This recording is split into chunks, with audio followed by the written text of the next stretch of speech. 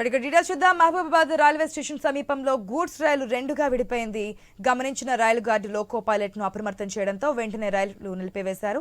ఉన్నతాధికారులు సిబ్బంది ఘటనా స్థలానికి చేరుకుని గూడ్స్ ఇంజిన్ ను వెనక్కి రప్పించారు. విడిపోయిన 3 బోగీలను జత చేసి మరమ్మతులు చేపట్టారు. గూడ్స్ రైలు డోర్నకల్ రైల్వే స్టేషన్ నుంచి కాజీపేటకు ఖాళీగా వెళ్తోంది. 45 నిమిషాల పాటు రైలు నిలిచిపోవడంతో ఎగువ మార్గంలో వెళ్లాల్సిన రైలు ఆలస్యంగా నడవడంతో ప్రయాణికులు ఇబ్బంది పడ్డారు.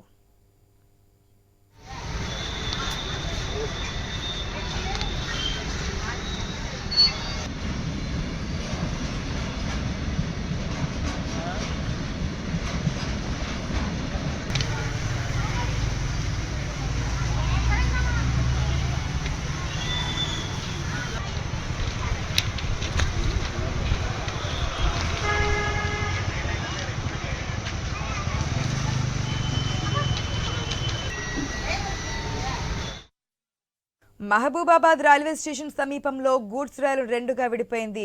గమనించిన రైలు గార్డు లోకో పైలట్ ను అప్రమత్తం చేయడంతో వెంటనే రైలు నిలిపివేశారు. ఉన్నతాధికారులు సిబ్బంది ఘటనా స్థలానికి చేరుకుని గూడ్స్ ఇంజిన్ ను వెనక్కి రప్పించారు. విడిపోయిన 3 బోగీలను జత చేసి మరమ్మతులు చేపట్టారు. గూడ్స్ రైలు డోర్నకర్ రైల్వే స్టేషన్ నుంచి కాజీపేటకు ఖాళీగా వెళ్తుంది. 45 నిమిషాల పాటు రైలు నిలిచిపోవడంతో ఎగువ మార్గంలో వెళ్లాల్సిన రైలు ఆలస్యంగా నడవడంతో ప్రయాణికులు ఇబ్బంది పడ్డారు. రైట్, పూర్తి అప్డేట్స్ మా ప్రతినిధి నవీన్ ద్వారా తెలుసుకుందాం. నవీన్, సాధారణంగా మనకి ట్రైన్ యాక్సిడెంట్స్ అవి చూస్తుంటే ఇప్పుడు గూడ్స్ రైలు 3 బోగీలు విడిపోయినట్టుగా తెలుస్తుంది. దీంట్లో ఎవరైనా ఆకతాయాలు ఏదైనా పని చేస్తారా, లేదంటే వేరే కారణాలు ఏమైనా ఉన్నాయా? డీటెయిల్స్ ఏంటి?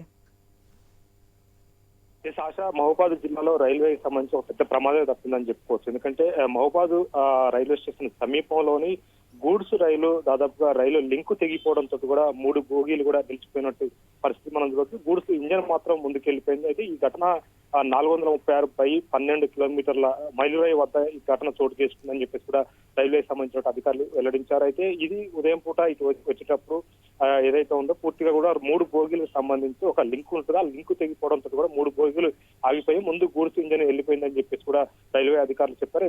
వెనక ఉన్నటువంటి గూడ్స్ రైలు వెనక ఉన్నటువంటి ఎవరైతే ఉంటారో లోకో పైలట్ కి సమాచారం ఇచ్చారు. గార్డు లోకో పైలట్ సమాచారం ఇచ్చిన కూడా వెంటనే గూడ్స్ ఇంజన్ ఆఫ్ చేసినట్టు పరిస్థితి కాబట్టి రైల్వే సంబంధించిన ఉన్నతాధికారులు కూడా ఎక్కడైతే బోగీలు తెగిపోయాయో అక్కడికి వచ్చారు. పూర్తి స్థాయిలో కూడా మరమ్మతులు చేసి మళ్ళీ ఆ లింక్ ను కూడా పెట్టి 3 బోగీలను కూడా తరలించినట్టు పరిస్థితి కాబట్టి అయితే ఒక విధంగా పెద్ద ప్రమాదమే చోటు చేసుకునేది. ఎందుకంటే ముందుగా అప్రమత్తం కాకపోతే మాత్రం ఖచ్చితంగా వెనక ఇంకా ట్రైన్లు వచ్చేవంటూ ఉన్న పరిస్థితి. అంతేకాకుండా మెయిన్ లైన్ అని చెప్పుకోవచ్చు. ఎందుకంటే వైజాగ్ అదేవిధంగా విజయవాడ ఈ ప్రాంతానికి సంబంధించిన మెయిన్ లైన్ ఇదంతా కూడా ఈ మెయిన్ లైన్ వద్దనే ఈ గూడ్స్ ఇంజన్ ఏదైతే ఉందో 3 కూడా ఆ బోగీలు తెగిపోయినట్టు పరిస్థితి కాబట్టి ఆ లింక్ ఒకటే గూడ్స్ రైలుకు సంబంధించి లింకులు ఉంటే ఆ లింకులు తెగిపోవడంతో 3 బోగీలు అక్కడ ఆగిపోయాయని చెప్పేసి కూడా దీనికి సంబంధించిన రైల్వేకి సంబంధించిన అధికారులు కూడా చెప్తున్నట్టు పరిస్థితి మనం చూడొచ్చు. ఎందుకంటే రైల్వే సంబంధించి ఆ గార్డు దీన్ని గమనించాడు. 3 బోగీలు తెగిపోయిన పరిస్థితిని గార్డు గమనించి వెంటనే కూడా ఆ రైల్వేకి సంబంధించిన లోకో పైలట్ కి సమాచారం ఇవ్వడంతో కూడా తను కూడా వెంటనే అక్కడ